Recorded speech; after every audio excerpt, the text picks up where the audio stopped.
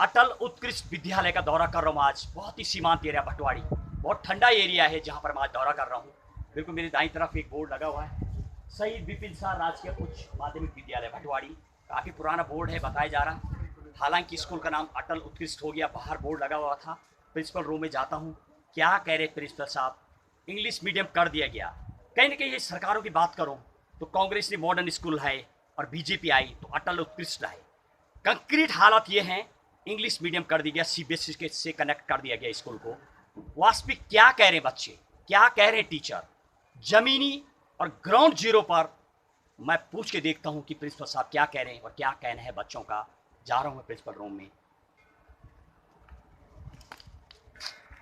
और प्रधानाचार्य जी के रूम में एंट्री कर रहा हूं मैं। और देखें, जब मैं प्रधानाचार्य जी के रूम में जाता हूं तो मुझे सर बिल्कुल अपने चेयर में बैठे हुए नजर आए, सामने की तरफ फोटो और तमाम चीज़ें कहीं ना कहीं जो सरकारी विद्यालय में दिखाई देता है। मुझे शील्ड भी लगी हुई है, विद्यार्थियों के नाम जो टॉपर रहे हैं पहले 1997 से लेके, काफ़ी पुराना कॉलेज है। 90 में यहाँ लिखा हुआ नरेश कुमार रतुड़ी, लोकेंद्र प्रसाद सेमवाल, तमाम जो शायद साइंस स्ट्रीम दिखाया जा रहा है, स्कूल का है, इंटरमीडिएट की 2 लिस्ट बनी हुई है। कहीं ना कहीं व्यवस्था है पूरी और फोटो लगी हुई है। लाल बहादुर शास्त्री, महात्मा गांधी से लेके तमाम चीज़ें, कहीं ना कहीं व्यवस्था तो है। हालांकि ये महामारी कोरोना के बाद 2 साल बाद कॉलेज खुले हैं और प्रिंसिपल साहब से पूछ के देखता हूँ। और प्रधानाचार्य अशोक कुमार जी हैं। जब मैं रूम में पहुँचता हूँ, सर आपका बहुत बहुत स्वागत है। धन्यवाद सर, यहाँ पर सीबीएसई से कनेक्ट कर दिया गया है जी। इसको लेकर के क्या बोलना चाहेंगे आप? ये जब से अटल विद्यालय हुआ है, हमने इसकी मान्यता जो है सीबीएसई से एफिलिएट करा ली है। राइट। और इसमें जो सिलेबस जो हमारा चलेगा वो एनसीईआरटी का सिलेबस है, जो कि केंद्रीय विद्यालयों में चलता है।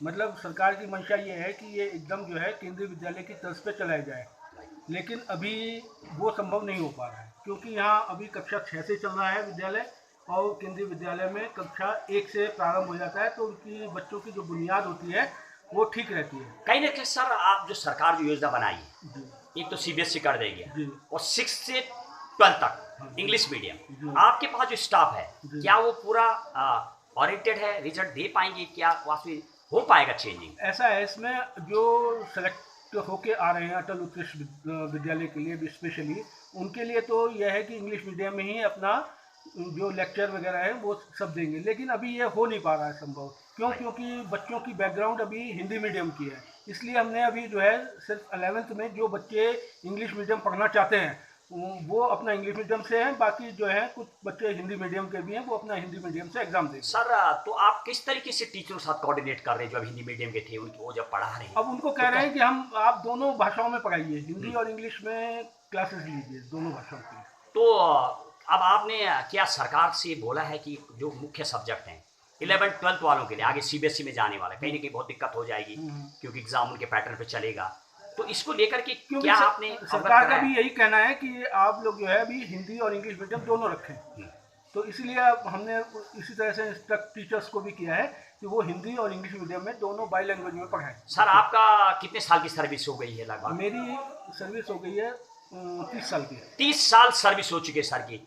सर, क्या इस तरह की वास्तविक में ग्राउंड जीरो पे बात करूं, ऐसा शायद रिजल्ट निकालना इतना आसान तो नहीं रहेगा। कुछ ट्रेनिंग चलाई सरकार ने? अभी फिलहाल तो ट्रेनिंग नहीं चल रही है, लेकिन क्या आश्वासन दिया गया ट्रेनिंग चलेगी, बता रहे? चलेगी। तो सर, वास्तविक सबसे ज्यादा जो दिक्कत आ रही है वो किस क्लास को में दिक्कत आ रही है? 6, 7, 8 में आ रही है, ये 11th, 12th में आ रही है? ऐसा है, हमने 6th में तो प्योर इंग्लिश मीडियम स्टार्ट कर दिया है। राइट। बाकी में हमने बच्चों को छूट दी है, वो हिंदी मीडियम में और इंग्लिश मीडियम में दोनों में आंसर अपने लिख सकते हैं।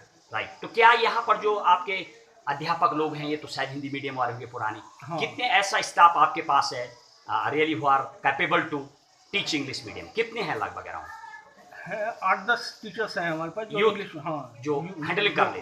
जो क्योंकि पुराने अध्यापक तो हिंदी मीडियम बैकग्राउंड के हैं, वो तो अभी थोड़ा सा दिक्कत महसूस कर रहे हैं अपने आप में। तो कितना लेकिन जो नए हैं वो अपना कोशिश भी कर रहे हैं इंग्लिश मीडियम में पढ़ाने के लिए और पढ़ा भी रहे हैं, ऐसी बात नहीं है। कितना स्टाफ का रिक्वायरमेंट रहेगा कमिंग डेज में, यदि अभी हमारे यहाँ जो पद रिक्त हैं वो एक पद हिंदी का रिक्त है Right. और एक सामाजिक विज्ञान का पद रिक्त है ये और प्रवक्ता में है सर, ना एलटी में एलटी में, राइट। और एक जो है अंग्रेजी में रिक्त है। अच्छा, अंग्रेजी और में अभी प्रवक्ता में सारे पद फिलअप है, वो फुल है, फुल है। प्रवक्त में पूरे हैं। हाँ। तो शायद जब प्रवक्त में पूरे हैं तो सब शायद उसमें तो ज्यादा दिक्कत आने वाली है, क्योंकि कहीं ना कहीं अगले साल एग्जाम बोर्ड का होगा, तो उसको लेकर के कहीं ना कहीं दबाव बनेगा।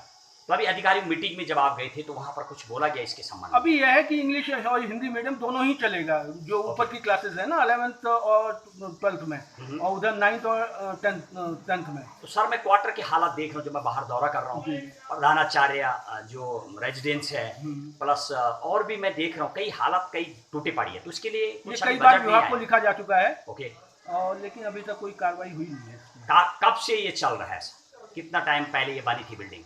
ये कब, सन 62 सन 62 नहीं, अभी इसके बाद बीच में रिपेयर नहीं हुआ पिछले कुछ ना, साल पहले? जब से बनी है तब से कोई रिपेयर नहीं हुआ। रिपेयर नहीं हुआ। और देखो जब जाने का प्रयास कर रहा हूँ और नेताओं के भाषण, मंत्रियों के भाषण और लगातार सुनाई देता है कि बहुत बड़ी बिल्डिंग बनेगी, यहाँ तक रिपेयर भी नहीं हो पा रही है। सर यदि मैं यहाँ पर क्या एनएसएस एनसीसी वगैरह सब है क्या? हाँ, एनसीसी है, एनएसएस है। कितने बच्चों का स्ट्रेंथ है आपके यहाँ अभी? एनएसएस में 100 की यूनिट है और एनसीसी में 50 की यूनिट। अच्छा, टोटल बच्चे कितने सर अभी यहाँ पर? टोटल हैं 235। 235। और ज़्यादा बच्चे क्या बिलो 9th क्लास में हैं या 11th-12th में ज़्यादा हैं? ज़्यादा बच्चे हमारे पास 11th-12th में हैं। मतलब यहाँ क्या दूर दरार एरिया है इसलिए? दूर दराज नहीं, एक तो मेन कारण ये भी है कि स्कूल बहुत सारे खुल गए हैं ओके।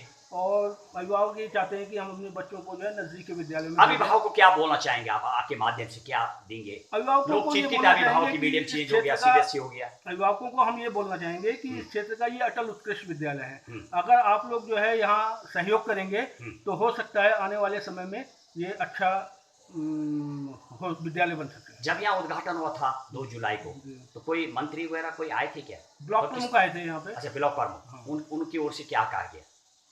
क्या उन्होंने बताया कि कुछ सहयोग करेंगे? बिल्डिंग की हालत देखिए, अभी तो मात्र एक रूम बना हुआ आपके हाँ, यहाँ। सहयोग करने के लिए उन्होंने बोला था राइट, कि हम सहयोग करेंगे, आप इसका प्रस्ताव बना के भेजिए। वो Right. हमने दे दिया है उसी समय पे।